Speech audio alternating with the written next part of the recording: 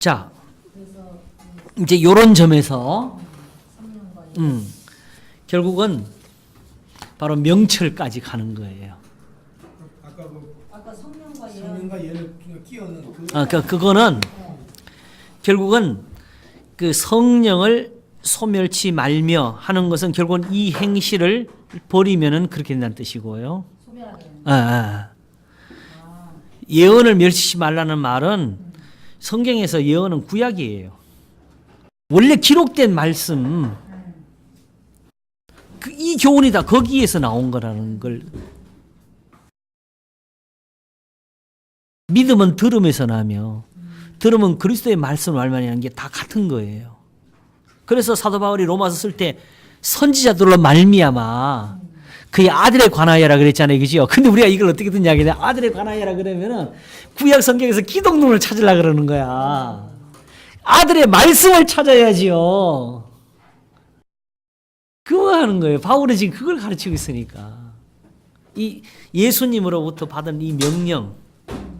그러니까 아까 그 로마서 16장에서 하나님의 명을 쫓아낸 것이라고. 이렇게 전하는 거지요. 그러니까 명령을 전한 거였어요. 그러니까 아까 여기 4장에서도 보면 그의 성령을 주신 하나님을 저버립니다. 그렇죠. 이거하고 성령을 송사하지 말라. 이 말하고 똑같잖아요. 똑같은 거지요. 내가 가르치는 네, 맞아요. 내 말을. 그러니까 예언을 멸치지 말라가 결국 이게 지금 우리 입장에서는 신약 이게 성경이 우리한테 성경이잖아요, 그죠? 근데 이 당시는 아직까지 성경이 아니에요. 예, 이때는 아직까지 기록하는 순간이기 때문에 그때는 아직까지 예언이라는 것은 딱 하나였어요. 구약 성경입니다. 근데 그것을 멸시하면은 더 이상 예수님을 받아들일 수가 없습니다. 예수님이 그 속에 있기 때문에. 그런 관계에서 말씀하는 거지요. 야고보 요한의 어머니가 예수님께 와서 주님의 나라에서 내 아들 둘을 하나는 우편에 좌편에 앉게 해달라 그랬잖아요. 그죠? 그럴 때에 예수님 말씀하시기를 너희의 구하는 것을 너희가 알지 못하는도다 하시면서 너희가 내가 마신 잔을 마실 수 있겠느냐 했어요. 그랬더니 그들이 할 수 있나이다 그랬어요. 근데 과연 너희가 마실 것이다 그랬어요. 그러나 그럼에도 불구하고 내 좌우편에 앉는 것은 내가 줄 것이 아니라 그랬어요. 그걸 받아도. 네. 하늘에 계신 내 아버지께서 누구를 위해 정했든지 그들이 얻을 거라 그랬어요. 받는 거하고 그 예수님 옆자리 가는 건 틀리네요. 다른 문제였죠. 그럴 수는 있는데. 네. 옆자리 가는 거하고는 상관이 없다네. 그건 하나님이 미리 정해놨기 때문에 그들이 얻을 거라. 그게 누구냐? 왜 그렇게 말씀하셨겠어요? 예수님이 그럼 하는 사람들이 그럼 아버지 하나님 아버지 뜻이 뭐지? 누굴 정하셨지? 다 궁금해할 거 아니겠어요? 그렇죠. 그러나 믿음 있는 사람들은 알지요. 바로 예수님이 그걸 가르쳐 주시잖아요. 높아지려거든 낮아지고 섬김을 받고자 하거든 섬기는 자가 되어라지요. 그게 하나님이 정해놓으신 거예요. 우리는 그걸 자꾸 명찰로 가잖아요. 그게 그 성도들의 삶이 아니었어요? 그렇죠. 그게 바로 복음이죠. 그러니까 예수님은 높아지려거든 낮아지고 섬김을 받고자 섬기는 자가 되어라. 그러니까 섬김을 받으라는 수치로는 높아지라는 거예요. 근데 오늘 우리가 말하는 복음에는 이게 다 빠져버려요.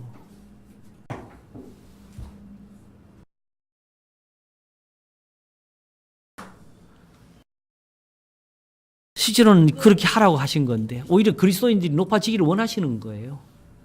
그 말씀을 바꾸면 이게 성령으로 표현을 할 수 있는 거예요. 그게 바로 성령으로 갈 수 있는 거지. 왜 그러냐 하게 되면은 모든 성경은 하나님의 감동으로 된 것으로 했고 또 사도 베드로 후서에서 예언은 그 성령의 감동을 받은 사람들이 하나님께 받아서 말한 것임이라 했잖아요. 그러니까 이 예수님이나 사도들이 하나님을 말할 때, 성령을 말할 때는 눈으로 확인할 수 없는 상상의 말을 준 거거든요. 그러나 믿음은 그렇게 해서는 절대로 안 됩니다. 제가 요즘 설교에서 믿음은 계산이다 그랬잖아요. 정확한 답이 나와야 되는데 바로 여기 성령이 여기 계셨고요. 하나님 여기 계셨잖아요. 사사들과 함께 있었고 아브라함과 함께 있었고. 그래서 요즘 제가 인터스텔라 설교를 했는데 그거까지는 그거를 그 다음부터 찍었어요. 찍어서 바로 나갔을 텐데 바로 그 히브리서 11장을 가지고 보니까 이게 아브라함 이야기가 아니라 이게 하나님을 보여주는 거라는 거. 이 성경이 다 하나님에 관한 증거예요. 5차원을 살 수 있는 분은 하나님밖에 없어. 지금 우리가 두드려서 열면은 아브라함은 거기 보여도 이미 아브라함은 세상에 있는 사람은 아니잖아요. 그렇죠?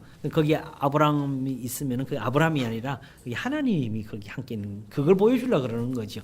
여기 성경에서 보면 아브라함 이야기 하는 거 하나도 없어요.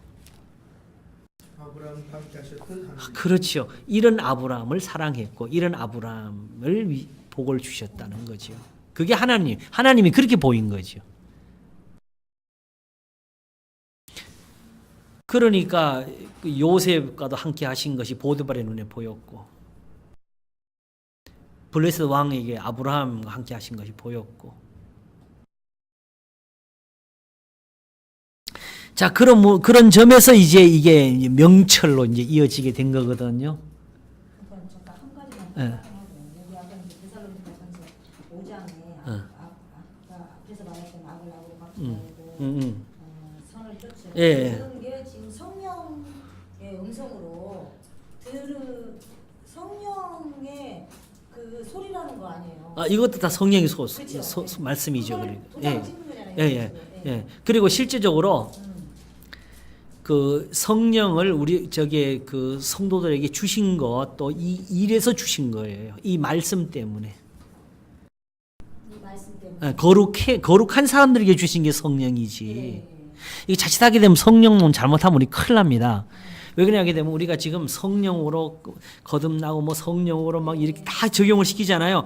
그러면 어떻게 되냐면 성령이 처음부터 불신자들 속에서부터 역사를 하게 된 거예요. 그러면 안 돼요.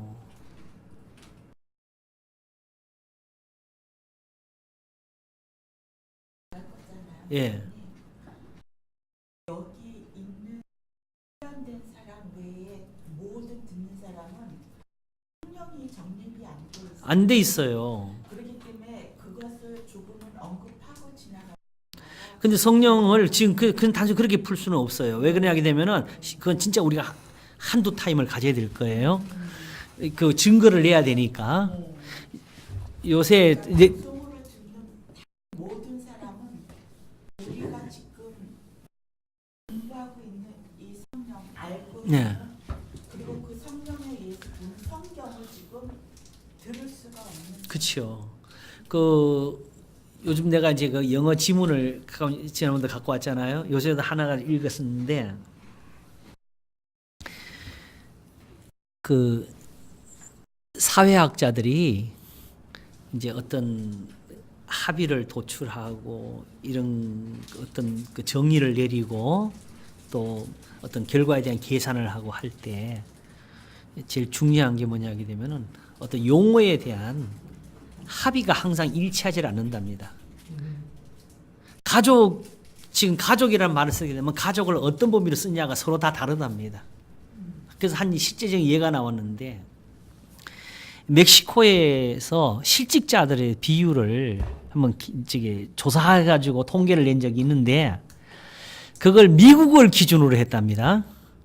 그렇게 하다 보니까 멕시코의 실직자가 30% 이르게 나왔더래요. 그래서 멕시코에 있는 경제학자들이 그걸 막 반발한 거예요. 미국의 기준으로 멕시코를 보면 안 된다. 왜 그러냐? 미국은 회사에 안 나가면 다 실직이지. 근데 멕시코인들은 집에서 돈을 번다. 시장에 안 나가도 돈을 번다. 집에 있어도 어. 하잖아요. 재택근무 달라가지고 자기 수공업하고 이런 거 해가면서 그러므로 시장에 나가서 장사하지 않고 회사에 출근하지 않는다고 실직자로 보는 것은 잘못된 거라고 했거든요. 그게 어떤 기준의 문제지요. 그리고 마찬가지로 우리가 본질적으로 해야 될 거는 지금 현재 우리가 알고 있는 성경의 모든 용어부터 처음부터 다시 기초를 다시 닦아야 돼요. 본질적인 합의가 없이 자기가 이해하는 대로 주장을 하면은 지금처럼 끝까지 가는 거예요. 목사님 여기 한반도 비핵화 서로 단어가 다른 그럼요. 다 말은 같은데 예. 개념이다 우리 개념. 그 다른 거죠. 같은 거. 예. 그러니까 데피니션이 다르게 시잖아. 맞아요.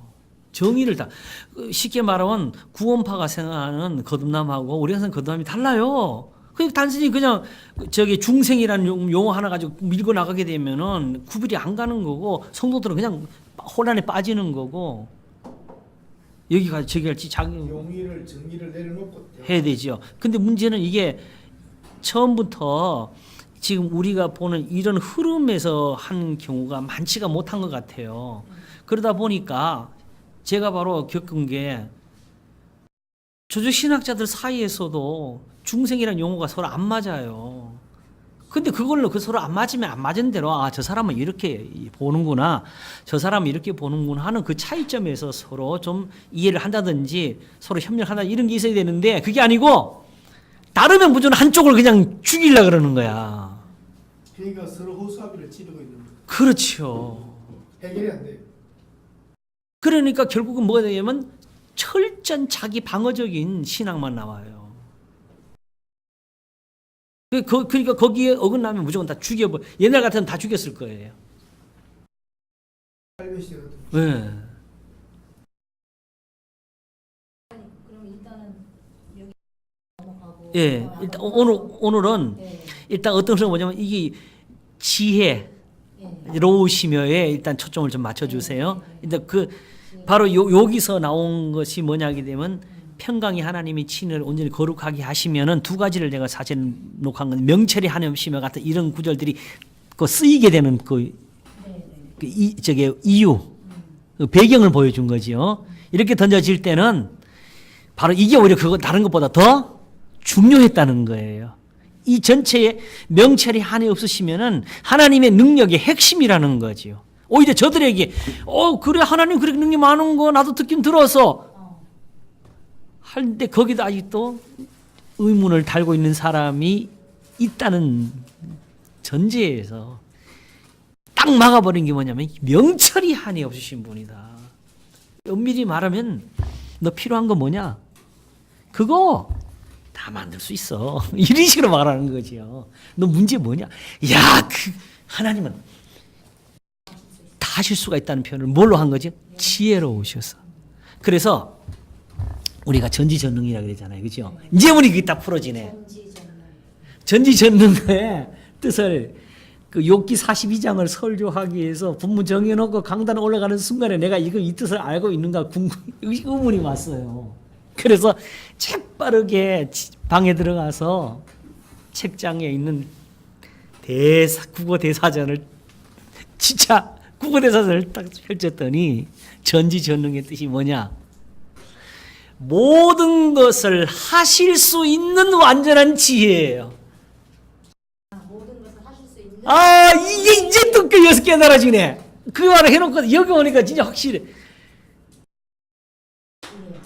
하실 수 있는 힘이 아니라 그게 힘으로 못하는 걸 능으로 할 수 없는 것을 이게 다 나오네, 그죠? 힘으로도 능을 하지 못합니다.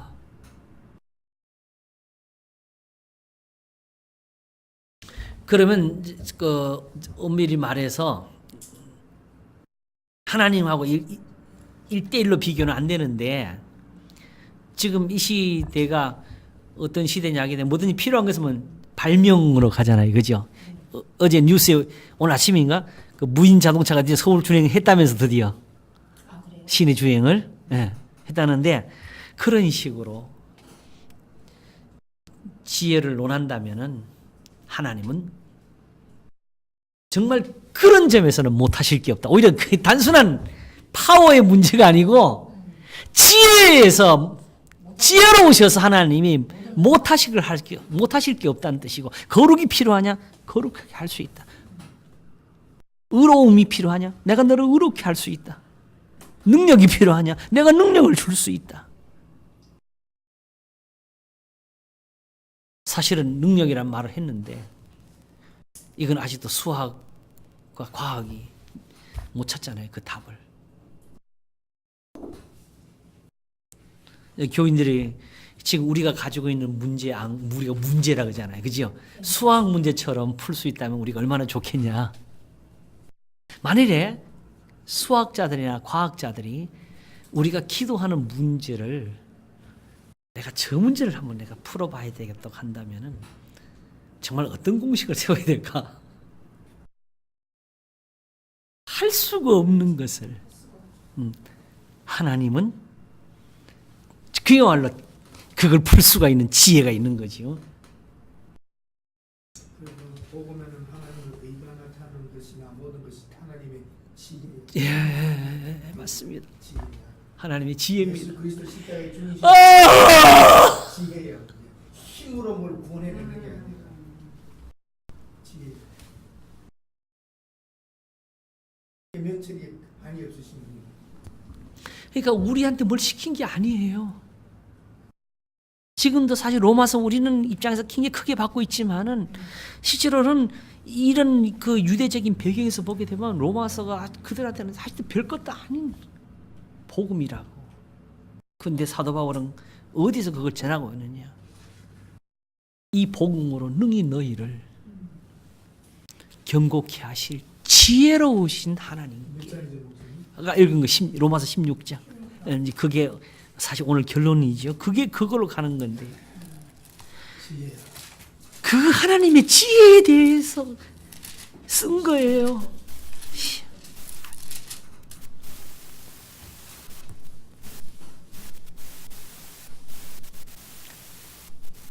이제 뭐 다 보이지요?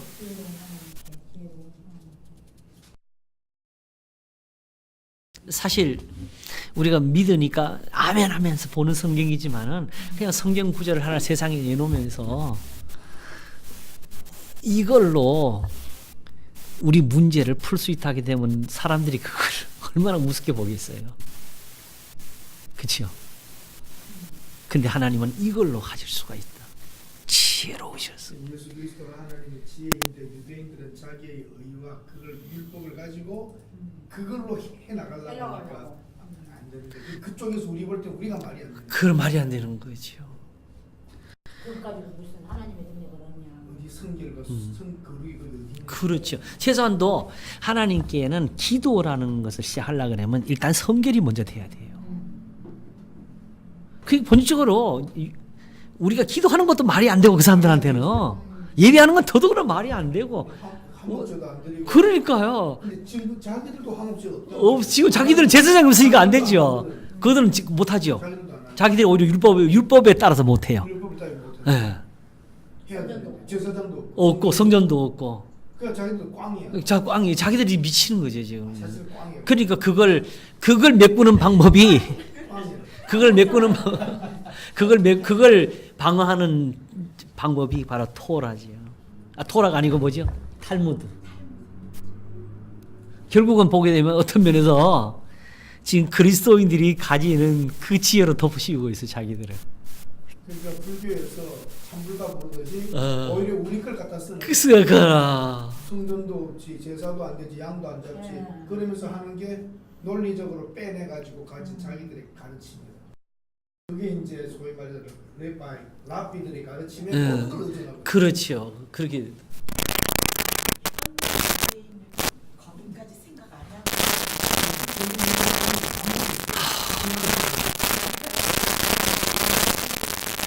근데 우리가 지금 이 복음을 정말 이렇게 우리가 찾지를 못하면요, 사실은 우리도 사실상 그 유대인들하고 별로 다를 바가 없이 돼요.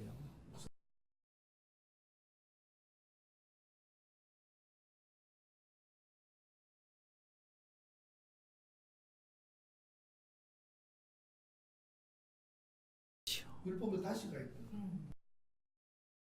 해야 될 일에 마땅히 그런데 그 기준으로 가고. 그렇죠. 예수님이 말씀하신 대로면 이것도 행하고 저것도 버리지 말아야 할지니라가 이게 돼야 되는데 더 중요한 것을 버리고 사는 이런 그 유대인들 같은 그런 신앙으로 가게 되죠.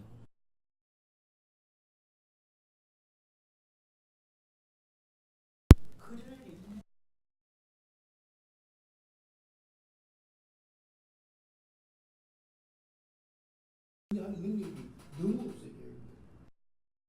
성경 공부했다고 하는 제자 훈련 받은 사람들도 말 가지고 적용하는 몇 가지 안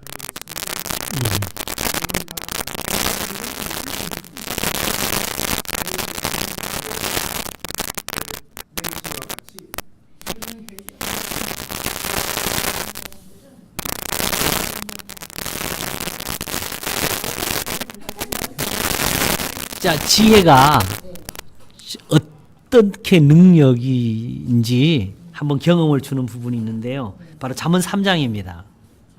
네, 이거 유명한 말씀이죠. 잘하는 건데, 근데 여기서 다시 한번 살피면은 이게 성경이 다 이렇게 써졌다는 것이 새삼스러워지죠.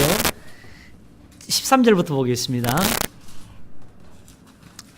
지혜를 얻은 자와 명철을 얻은 자는 복이 있나니 이는 지혜를 얻는 것이 은을 얻는 것보다 낫고 그 이익이 정금보다 나음이니라. 지혜는 진주보다 귀하니 너의 사모하는 모든 것으로 이에 비교할 수 없도다. 그 우편 손에는 장수가 있고 그 좌편 손에는 부귀가 있나니 그 길은 즐거운 길이요 그 첩경은 다 평강이니라. 지혜는 그 얻은 자에게 생명나무라. 지혜를 가진 자는 복되도다. 자, 그러면서 이제 뭐냐면 여호와께서는 지혜로 땅을 세우셨으며 명철로 하늘을 굳게 펴셨고 그 지식으로 해양이 갈라지게 하셨으며 공중에서 이슬이 내리게 하셨느니라. 내 아들아, 완전한 지혜와 근신을 지키고 이것들로 내 눈앞에서 떠나지 않게 하라. 그리하면 그것이 내 영혼의 생명이 되며 내 목의 장식이 되리니 내가 내 길을 안연히 행하겠고 내 발이 거치지 아니하겠으며 내가 누울 때 두려워하지 아니하겠고 내가 누운 중 내 잠이 달리로다. 너는 창졸간의 두려움이나 악인의 멸망이 임할 때나 두려워하지 말라. 완전히 거룩이죠, 그죠? 대저 여호와는 너의 의지할 자이시라. 내 발을 지켜 걸리지 않게 하시리라. 이게 거룩이네요. 예.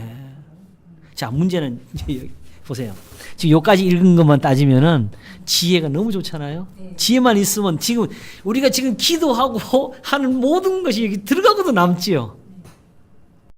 근데 문제는 여기 해놓고 또 이렇게 딱 맥을 끊는다니까요. 27절 가겠습니다. 열심히 지혜에 대해서 이야기해놓고는 왜 갑자기 이걸 나와요?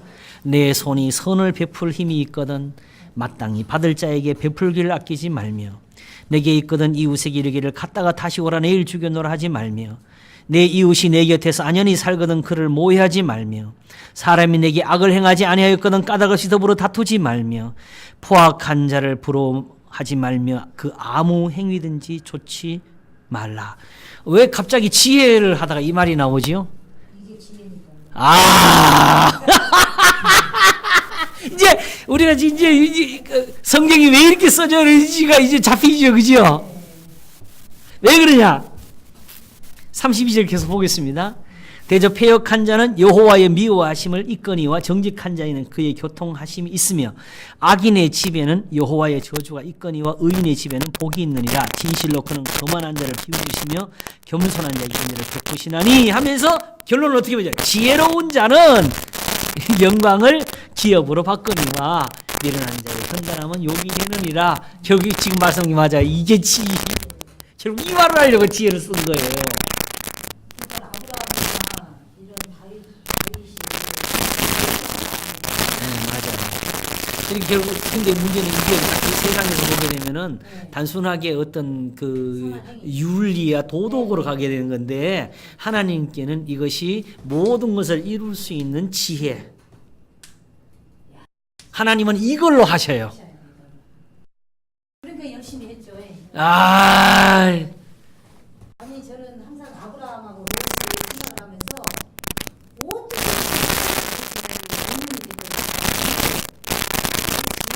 능력을 알았던 것 같아요. 바로 그래서 이 지혜를 이 가치를 이렇게 아는 사람의 대표자가 욥입니다. 바로 욥기 28장 1절 28절 여기 있어요. 여기 세 번째 페이지 보시면은 있는데요. 이 전체 1장부터 답니다. 여기 28장 1절로 다 적어놨어요. 이게 너무 귀해가지고 은은 나는 광이 있고 연단하는 금은 나는 곳이 있어. 무슨 여기 바로 보셔도 돼요. 3셋째, 7째, 셋째 한 장 넘기시고 고기. 네. 은은 나는 광이 있고 연단하는 금은 나는 곳이 있으며 철은 흙에서 취하고 동은 돌에서 모두 얻느니라. 이런 것도 그냥 못 얻어가지고 사람이 흑암을 파하고 끝까지 궁구하며 음녀와 유암 중에 광석을 구하되 사람 사는 곳에서 멀리 떠나 구멍을 깊이 뚫고 발이 땅에 닿지 않게 달려내리니 멀리 사람과 격설되고 흔들흔들 하느니라. 이때 이 표현을 어떻게 썼죠? 사실 지금은 그래도 기술이 있으니까 땅이라도 파고 하는데 이때 순전히 사람들이 순수하게 그야말로 수작업으로 광석을 파냈다는 게 결국 이 무슨 뜻이냐게 되면은 이렇게 사실 쉬운 게 아니었다는 거지, 그죠? 결국 이것까지 사람이 다 캐냈다 이 말을 하는 거예요. 그런데 왜 지혜는 못 찾을까? 이 사람이 구하는 그 지혜. 그래서 5절 보면 지면은 식물을 내나 지하는 불로 뒤집는 것 같고 그 돌 가운데에는 남보석이 있고 사금도 있으며 그 길은 솔개도 알지 못하고 매의 눈도 보지 못하며 위험스러운 짐승도 밟지 못하였고 이게 그냥 지나가는 말 같지만은 사실은 쫙 솔개 알잖아요. 매가 하늘에서 쫙 그냥 치를 보고 곤두박질해 가지고 걔들이 2.0이 넘지요. 근데 이런 솔개도 못 보는 걸 사람은 결국 땅을 파내가지고 캐낸다는 거야. 그래서 사나운 사자도 그리로 지나가지 못하였느니라. 사람이 굳은 바위에 손을 대고 산을 뿌리까지 무너뜨리며 돌 가운데로 도랑을 파서 각종 보물을 눈으로 발견하고 시냇물을 막아 스미지 않게 하고 감추었던 것을 밝은 대로 내느니라. 그러나 지혜는 어디서 얻으며 명철의 곳은 어디인고. 이게 욥입니다. 그 값을 사람이 알지 못하나니 사람 사는 땅에서 찾을 수 없구나. 깊은 물이 이르기를 내 속에 있지 아니하다 하며 바다가 이르기를 나와 함께 있지 아니하다 하느니라. 정금으로 바꿀 수 없고 은을 달아도 그 값을 당치 못하리니 오빌의 금이나 귀한 수만원나 남보석으로도 그 값을 당치 못하겠고 황금이나 유리라도 비교할 수 없고 정금 장식으로도 바꿀 수 없으며 산호나 수정으로도 말할 수 없나니 지혜의 값은 홍보석보다 귀하구나. 사실 이런 말 한마디 한마디는 이때 가봐야 이 의미를 진짜 알아. 요즘처럼 넘치는 시대에는 구수의 항옥으로도 비교할 수 없고 순금으로도 그 값을 측량하지 못하리니 그런즉 지혜는 어디서 오면 명철의 곳은 어디인고. 모든 생물의 눈에 숨겨졌고 공중의 새에 가려워졌으며 멸망과 사망도 이르기를 우리가 귀로 그 소문은 들었다느니라. 하나님이 그 길을 깨달으시며 있는 곳을 아시나니 이는 그가 땅끝까지 감찰하시며 온 천하를 두루 보시며 바람의 경중을 정하시며 물을 대어 그 분량을 정하시며 비를 위하여 명령하시고 우레의 번개를 위해 길을 정하셨습니다. 그때의 지혜를 보시고 선포하시며 굳게 세우시며 궁구하셨고 또 사람에게 이르시기를 주를 경외함 믿고 지혜요 악을 떠남이 명철이라 하셨느니라 했습니다. 여기도 한 가지 남는 게 있어요. 자, 좋아요. 여호와를 주를 경외함이 지혜라고 했잖아요. 그죠? 근데 그거는 우리가 할 수 있을 것 같아요. 경외하는 거.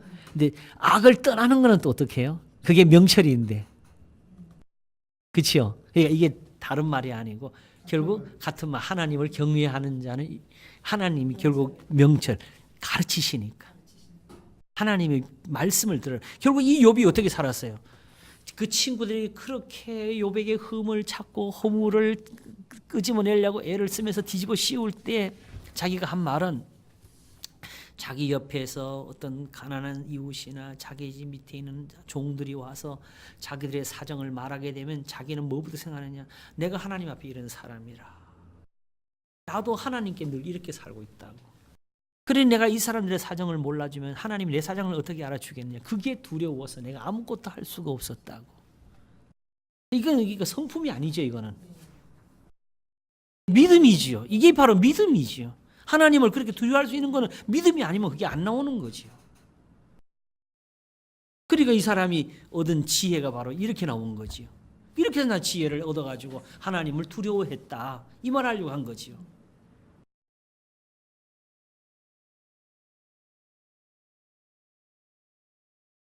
이렇게 해서 욥이 만들어진 거고요. 실제로 시편에 보게 되면 그게 90몇 편인데 거기 보면 하나님이 기도를 들은 사람 대표로 두 사람을 세우십니다. 바로 사무엘과 욥입니다. 근데 그 이유는 그들이 하나님의 말씀을 순종했습니다.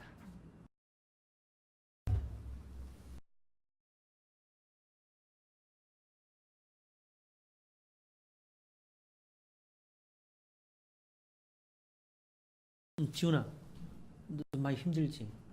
어제 거의 밤근무를 하고 와가지고. 넌 조금 저기 쉬어라. 어? 저희 방에 그대로 놔두면 되잖아. 어? 그저께도 주일날 얘 와서 또 하려고 그저께도 밤근무했고 지금 스케줄을 이거 맞추려고 너무 힘들게 하네. 아이고. 그래서 어제도 아침 예배 마치고 바로 그냥 가서 또 저녁 근무 또 하고. 지금.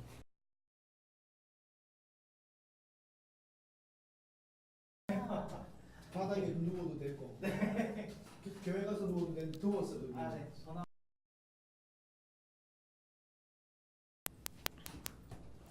욥이 생일을 하고 나서 제사들이 관계다. 그렇죠. 혹시라도 죄를 벌였을까 봐. 그 성결이라는 개념을 예. 이게 지혜. 그러죠. 이 지혜지요. 우리는 죄의 문제도 무에서부터 시작해서 잘못된 거예요. 이미 죄를 진 상황에서부터 시작을 해야 되는데 이제 와서 죄를 짓냐 안 짓냐 따지는 게 아니고 오히려 죄를 지었기 때문에 하나님의 진노를 받게 되었기 때문에 하나님이 죄를 사할 수가 있으니까 하나님께로 돌아오라는 소리죠.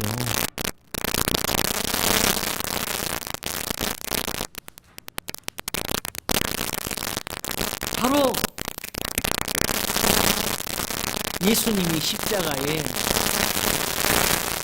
죽으실 때에 하나님이 한 복음을 갖고 와서 이제 주시면서 죽으신 거예요.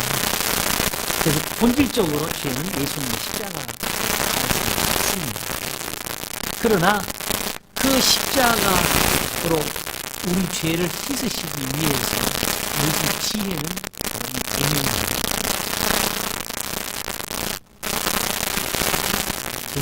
예수님 십자가가 없으면 이거 분thân 다 퍼서 와서 뒤집어 씌워도 죄가 있을 겁니다.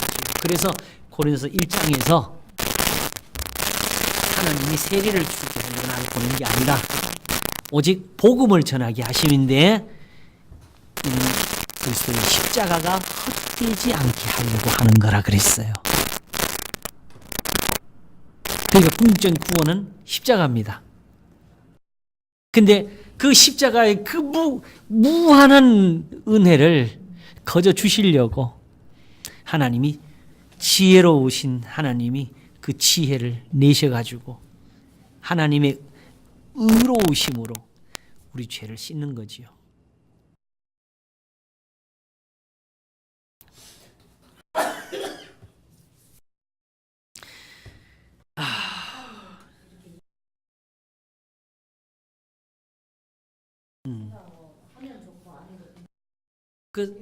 이제 그 궁극적인 어떤 한 답이 나왔는데요. 우리가 말한 게 다 그 맞아요. 다 들었었어요. 신학적으로 다 있었어요. 구원은 하나님께 있다. 구원은 하나님이 하신다. 그게 이 전체가 하나님이 일하심이에요. 그리고 이 계명을 주신 것도 하나님의 일하심이고요. 예수님을 십자가에 내어 주신 것도 하나님이시고요. 그래서 예수님 자신도 아버지의 뜻을 따라서 자기 몸을 들이신 거지요. 그런데 이게 인간의 생각에서 자꾸 예수님을 하나님과 동등이시라는 그 단어 그 자리에서만 생각하게 되면 자꾸 어떤 오히려 삼위일체이신 분을 우리는 마치 대등한 두 신처럼 거꾸로 해석을 하는 경우가 많아요. 아버지께 순종하는 아들을 성경은 보여주시는데, 그럼 우리 생각에는 그게 어떻게 되냐, 말이 안 되지 하는 거 대등하면, 그 인간들은 자식도 아버지한테 대들지만은 하나님은 안 그러신다고요. 우리 생각으로 하나님을 해석하고 우리 생각으로 보지도 못하는 걸 풀어내고, 이게 죄악이에요.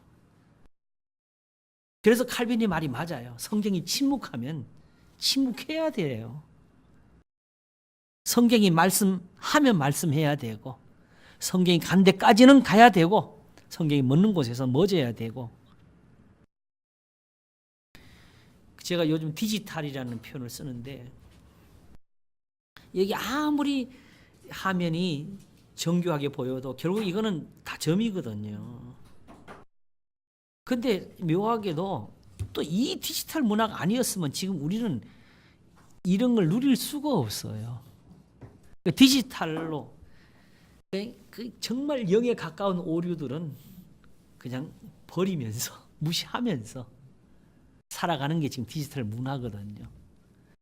그런데 이 성경은 디지털이 아니라고. 우리 머리는 디지털이 아니면 이해를 못해. 우리 머릿속에서는 그걸 풀 수가 없는 거잖아요. 근데 결국은 우리가 알고 있는 지식은 성경을 봐도 우리는 디지털로 받아들여요. 우리가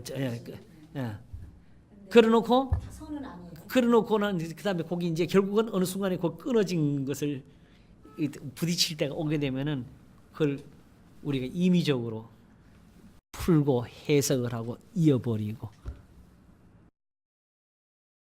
그래서 결국은 예정론도 지금 어떻게 결론이 나 있느냐, 창조 전 예정설, 창조 후 예정설, 이런 식으로 나눠가지고 정론은 창조 후 예정설로 갖고, 그러면서 창조 전 예정설을 정죄하지 않는다는 결론이 이어져 있거든요. 이게 왜 이런 말이 왔겠어요?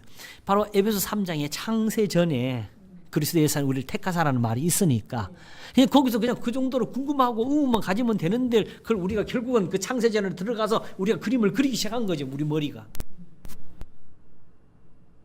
거기서 그냥 끝났어야 되는. 그렇죠. 거기서 멈춰야 되죠. 하나를 가지고 늘렸네. 네. 제가 지난번에 말씀드렸잖아요. A 더하기 B는 5다. 요거는 요 상태로 가지고 답을, 요 항상 A 더하기 B 있는 자리에 가서 답이 5라는 거는 우리가 해석해낼 수 있는데, 그렇기 때문에 이거 1 더하기 4다, 2 더하기 3이다 이렇게 쓰면 안 된다는 거죠. 무한대로 나오잖아, 답이. 그럼요. 이런 오류가 없어요. 그러니까 여기서 별게 다 만들어지는, 성경 가지고 온 이단이 다 만들어지고 수많은 교파가 나오고. 창사는 우리 지켰다. 그걸로만 딱 만족해야 되는데. 그럼요.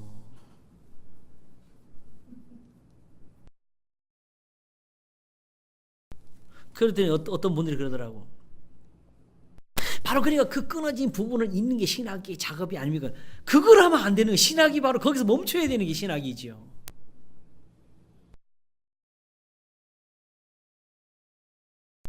하나님이 세상을 창조할 때 그 자리에 있었던 사람 아무도 없어요. 그리고 하나님이 지금처럼 아브라함과 그 자손들에게 행하시는 이런 모든 일을 행해 나오실 때 하나님의 회의에 참여한 사람 아무도 없습니다.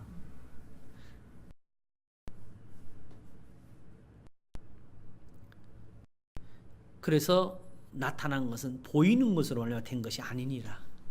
오직 우리는 그냥 믿음으로 기록된 것만 의지해서 그만큼 아는 거고.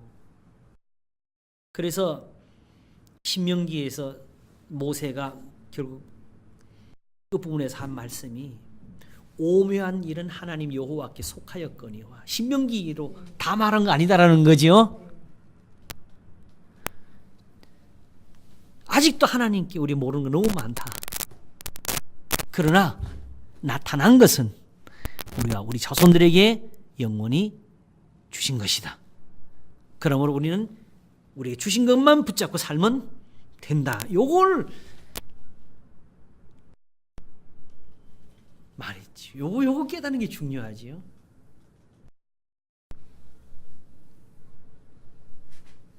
그 문제는 이런 데서도 나올 수 있어요.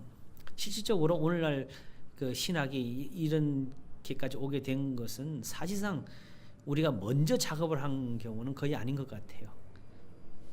뭐 예정론이든지 삼위일체론이든지 혹은 지금의 이제 기독론이나 구원론까지도 일부러 우리가 그렇게 하잖아요. 왜냐하면 사도들이 성경을 쓸 때마다 그런 식으로 작업 하나도 안 했어요. 그리고 또 그걸 할 이유도 없었고 복음을 전하는 게 목적이었으니까. 근데 결국 그런 작업이 오게 된 이유는 뭐냐게 되면 우리보다 먼저 소위 말하는 그 역사적인 이단들이 먼저 설쳤어, 사실은. 거기에 대해서 우리는 또 우리대로 대응을 해야 됐고 방어를 해야 됐고 지켜야 될 게 있었던 것이지요. 분명히 저게 잘못된 거는 보였다는 거지요.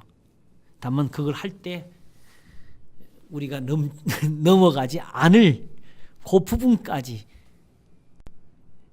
그게 중요했던 것 같아요. 그래도 개인적으로 우리를 가르쳐 주신 그분은 이거는 확실히 주셨어요. 아니, 차영배 교수님. 예. 근데 사람들이 진짜 그분 이해를 못 하더라고.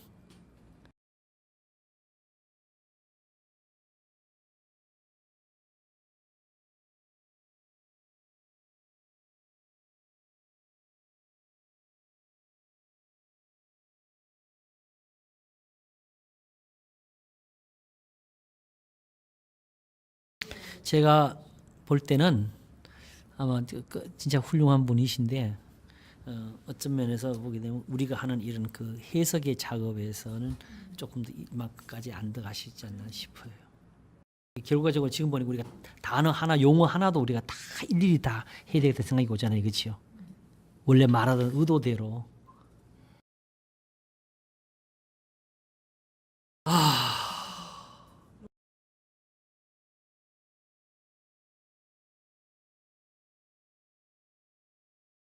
그 성경에서는 순종이라는 말을 엄청나게 썼어요. 그렇죠? 여기도 결국은 모든 민족으로 믿어 순종케 하시려고. 믿음이라는 의미는 여기서 나옵니다. 제가 요즘 이제 아까 그 공식이라는 말을 했잖아요. 그죠? 그동안 이걸 나름대로 또 정리를 해보려고 결국은 우리는 어디서 공식을 세우고 어떻게 그걸 풀어가나. 믿음이 공식일까? 이게 푸는 지혜일까? 뭐 별 생각을 다 해봤어요. 근데 사실은 이제 우리는 할 게 아무것도 없어요. 사실은 공식을 세울 수도 없고 세워줘도 우리는 풀 수도 없고 이게 제가 좀 무식해서 조금밖에 못 알아서 그동안에 뭐 인터스텔라 5차원 하면서도 그저 미분, 적분, 한번 2차원, 3차 이런 식으로 했지만 실제로는 수학자들은 굉장히 우스울 거예요. 자기들 얼마나 그걸 체계적으로 논리적으로 복잡하고 말할 수 없는 그 공식 가운데서도 아직도 다 풀지 못하고 있는 것을 다루고 있는데 그러니 그 영화에 보게 되면은 그 우주선 타고 밖으로 나가기 위해서 그걸 막 자기들이 풀이하는 칠판이 있어요. 공식 막 세워가지는데 근데 그 영화가 내가 가지고 있는 그 소장으로 내가 해버렸거든요. 근데 평생 볼 수 있어요. 근데 웃기는 게 영화 다 끝났는데 본 영화만큼 뒤에 후렴이 있어요. 자기네끼리 감독하고 배우들하고 다 모여가지고 자기들이 찍은 영화에 대한 평가를 자기 경험하고 막 느낌하고 그거 하는 시간이 거의 영화만큼 길어요. DVD가 2장이 나오는 게 모르겠어요. 어쨌든 거기서 그게 나왔는데 나는 그냥 저게 인터넷에서 올레티브에서 본 거니까 올레티브 항상 다 볼 수 있는데 그런데 거기서 재미있는 말 하는 게 어떤 그 여자가 교수한테 받은 건 하는데 공식 하나를 갖다가 막 온 칠판에 가득 적이 나오는데 그 자기는 하는 흉내만 했지 실제로 거기 써는 그 공식을 풀이하고 이해하려 설명하고 하려 그러면은 그 칠판보다 3개가 더 필요하다 그러더라고.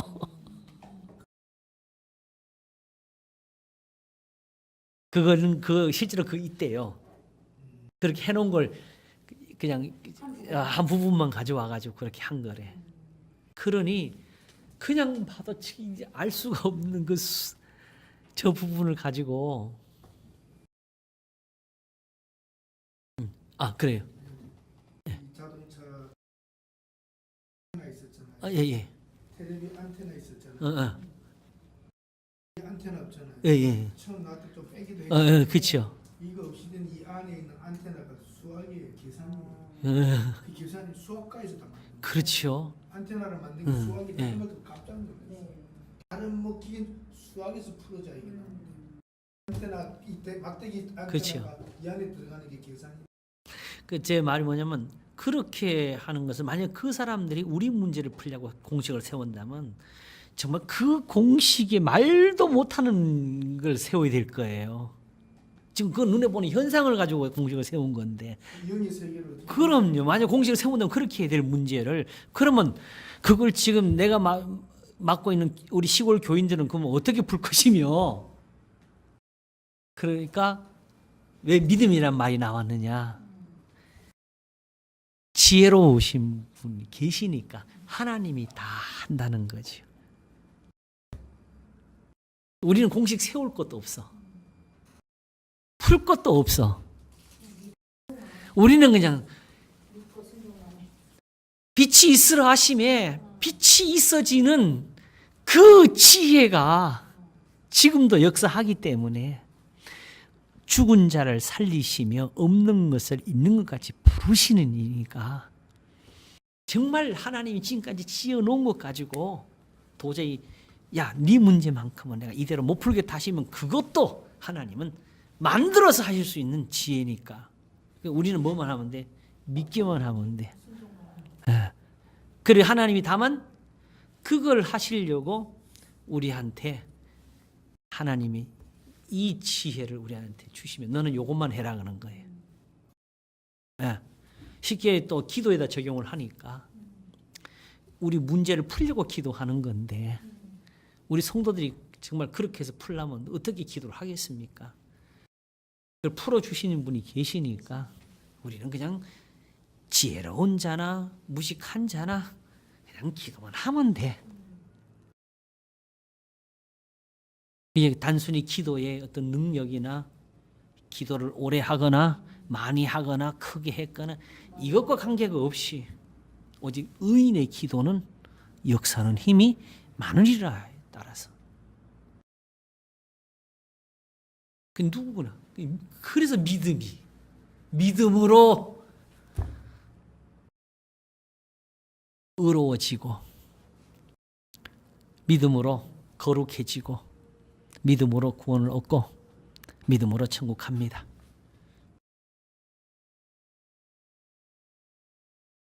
근데 이걸 또 어떤 분들은 믿음에 대한 또 정의가 어긋나가지고 소위 말하는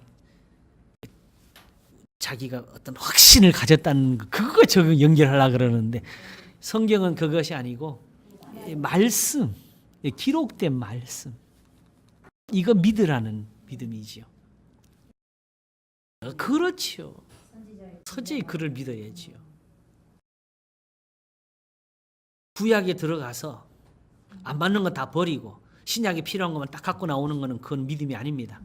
이거는 신약이 원래 그렇게 하지 말라는 거잖아요. 그러니까 지금 현재 우리가 가진 신약이 아니죠. 그러니까 여기 기록된 대로 가야 돼요.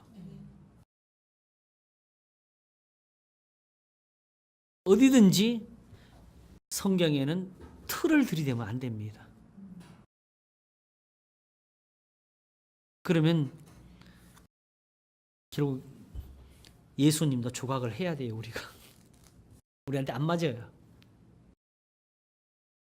그래서 전에 우리 노회에서 성찬식을 할 때 한 목사님이 설교를 하시면서 나는 그분의 말을 정말 옳다고 생각했어요. 지금 여기 앉아 있는 목사님, 장로님들의 가슴을 다 열어놓으면은 예수님의 숫자가 여기 앉아 있는 분들 숫자만큼 나올 수가 있다고. 예수를 다 마음속에 다 자기가 영접하겠다는 그 예수님이 사람마다 달라.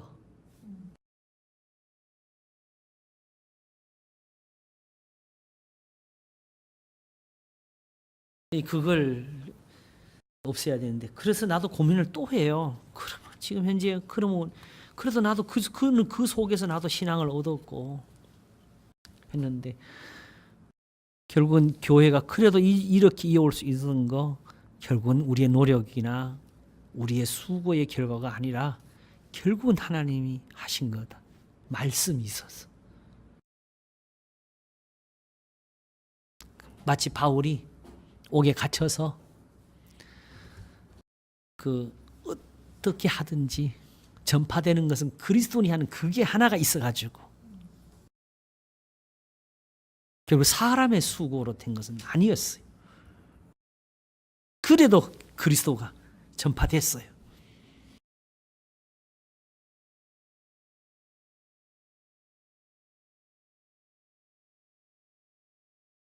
네.